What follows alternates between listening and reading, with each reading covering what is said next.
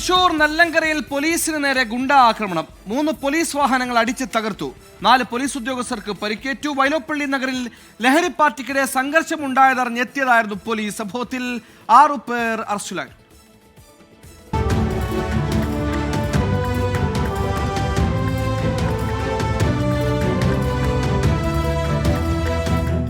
നെല്ലങ്കര വൈലോപ്പള്ളി നഗറിൽ വാടകയ്ക്ക് താമസിക്കുകയാണ് 20 വയസ്സുള്ള അൽത്താഫും അനുജൻ അഹദും മാതാവും.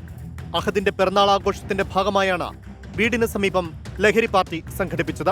2 കൊലപാതക കേസിലെ പ്രതിയായ ബ്രഹ്മജിത്ത് അടക്കം 15ഓളം പേർ പാർട്ടിയിൽ പങ്കെടുത്തു.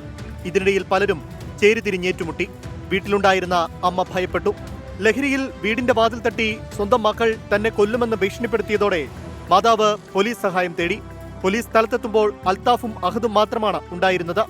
ഇവരെ കൈവിലങ്ങണിയിച്ച് പോലീസ് ജീപ്പിലേക്ക് കയറ്റാൻ ശ്രമിക്കുന്നതിനിടയിലാണ് പതിയിരുന്ന സംഘം ബ്രഹ്മജിത്തിന്റെ നേതൃത്വത്തിൽ പോലീസിനെ ആക്രമിച്ചത്. ഇരുമ്പുവടിയും വടിവാളും അടക്കം ഉപയോഗിച്ചുള്ള മർദ്ദനത്തിൽ പോലീസുകാർക്ക് ഗുരുതര പരിക്കേറ്റു. ജീപ്പടക്കം അടിച്ചു തകർത്തിട്ടും കൂടുതൽ പോലീസ് എത്തും വരെ സ്ഥലത്തുണ്ടായിരുന്ന ഉദ്യോഗസ്ഥർ ചെറുത്തുനിന്നു. കൂടുതൽ പോലീസുകാരെത്തുമ്പോഴേക്കും പകുതിയോളം ആളുകൾ ഓടി രക്ഷപ്പെട്ടു. 6 പേരെ പിന്നീട് പോലീസ് കസ്റ്റഡിയിലെടുത്തു. ഒരു 6 ഗുണ്ടകൾ 7 ഗുണ്ടകൾ അപ്പോൾ പ്രവർത്തിച്ചു. പോലീസിനപ്പോൾ പ്രവർത്തിച്ചു. സംഭവത്തിൽ കൂടുതൽ പ്രതികൾക്കായി അന്വേഷണം ഊർജിതമാക്കിയിരിക്കുകയാണ് പോലീസ്. 24 തൃശൂർ.